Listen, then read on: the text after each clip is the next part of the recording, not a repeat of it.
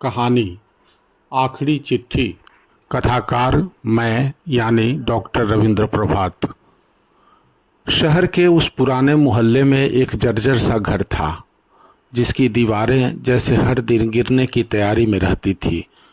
उसी घर में रहती थी सरोज, एक बूढ़ी माँ जिसकी आंखों में अब भी उम्मीद की हल्की सी लौ जलती थी। सरोज का एक बेटा था रवि, पढ़ाई में तेज, सपनों में ऊंचा और इरादों में मजबूत। सरोज ने अपनी जिंदगी की हर खुशी कुर्बान कर दी थी, कभी अपने गहने बेचकर, कभी खुद भूखे रहकर, ताकि रवि एक बड़ा आदमी बन सके। समय बदला, रवि शहर छोड़कर महानगर चला गया, बड़ी कंपनी में नौकरी करने लगा। पैसे आया, स्टेटस आया और धीरे धीरे माँ कहीं पीछे छूट गई। शुरुआत में हर हफ्ते फोन आता था, हर महीने में एक बार, और सिर्फ त्योहारों तक सीमित रह गया।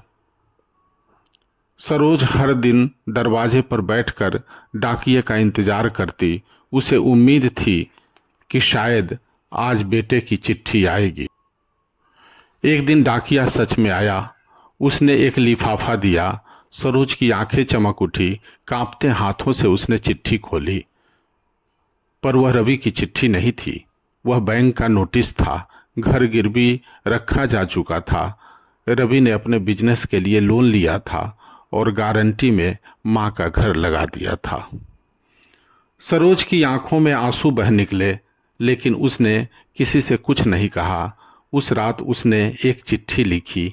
बेटा रवि, तुम्हें हमेशा बड़ा आदमी बनते देखना चाहा था, पर शायद मैं यह भूल गई कि बड़ा बनने के लिए इंसान होना जरूरी है। मैंने तुझे सब कुछ दिया, पर शायद संस्कार देना भूल गई। यह घर अब तेरा नहीं, क्योंकि इसमें सिर्फ दीवारें नहीं, मेरी उम्मीदें भी बसी थी। मैं जा रही हूँ वहाँ जहाँ किसी इंतजार की ज़रूरत नहीं। अगली सुबह मोहल्ले वालों ने देखा, दरवाज़ा खुला था लेकिन सरोज नहीं थी। कुछ दिन बाद रवि आया। बैंक ने घर सील कर दिया था। पड़ोसियों ने उसे माँ की चिट्ठी दी। रवि के हाथ कांप रहे थे, आंखों से आंसू निकल रहे थे, पर बहुत देर हो चुकी थी। वह उसी टूटी चौखट पर बैठ गया जहाँ कभी उसकी माँ उसका इंतजार किया करती थी।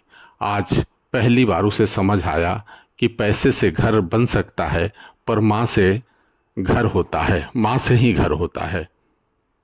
संदेश बिल्कुल साफ था। आज का समाज तरक्की की दौर में इतना अंधा हो चुका है कि अपने ही रिश्ते के पीछे छोड़ देता है।